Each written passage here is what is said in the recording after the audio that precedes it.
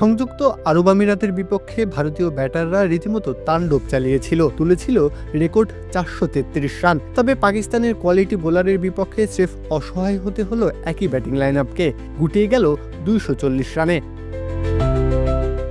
যুব one day Asia কাপের সবচেয়ে জমজমাট লড়াই, ভারত পাকিস্তান দুই রথ। উত্তেজনা সবটা নিয়ে মাঠে নেমেছিল দুই দলই। আগে ব্যাট করতে নামা ভারতের হয়ে আজ বৈভব সূর্যবংশীর ব্যাট আলো জ্বালানোর আগেই নিভে যায়। আরেক উঠতি তারকা আয়ুষ মাহাত্রে পারেননি ইনিংসটাকে বড় করতে।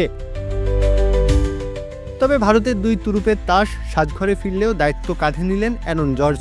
ভবিষ্যতের তারকা হওয়ার সব গুণই তার মধ্যে আছে, আজও সেই ঝলকটাই দেখালেন। প্রতিপক্ষ বোলারদের সামনে ঢাল হয়ে আগলে রাখলেন দলকে। শেষ পর্যন্ত 85 রানে ফিরতে হলো তাকে। শতক হাতছাড়ার আক্ষেপটা সঙ্গী হলো কেবল।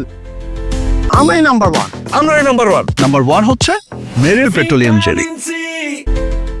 তার বিদায়ের পর আবারও ছন্দ হারায় ভারত। কনিষ্ক চৌহান 46 রানের প্রতিরোধ গড়লেও বাকিরা যোগ দেন আসা যাওয়ার মিছিলে। তাতেই 240 রানে জবনিকা পতন ঘটে ভারতের ইনিংসের। নিজেদের প্রথম ম্যাচে এই ভারতই ছেলে খেলা করেছিল আরব আমিরাতের বোলারদের নিয়ে। 433 রানের পাহাড় গড়ে জানান দিয়েছিল নিজেদের শক্তিমত্তা। তবে পরীক্ষা ছিল এই ম্যাচে, পাকিস্তানের শক্তিশালী বোলিং আক্রমণের বিপক্ষে কি একই রূপ দেখাতে পারবে তারা? সেখানেই ডাহা ফেল করে বসল ভারতের ব্যাটিং লাইন আপ। প্রত্যহ কাব্য, খেলা 71।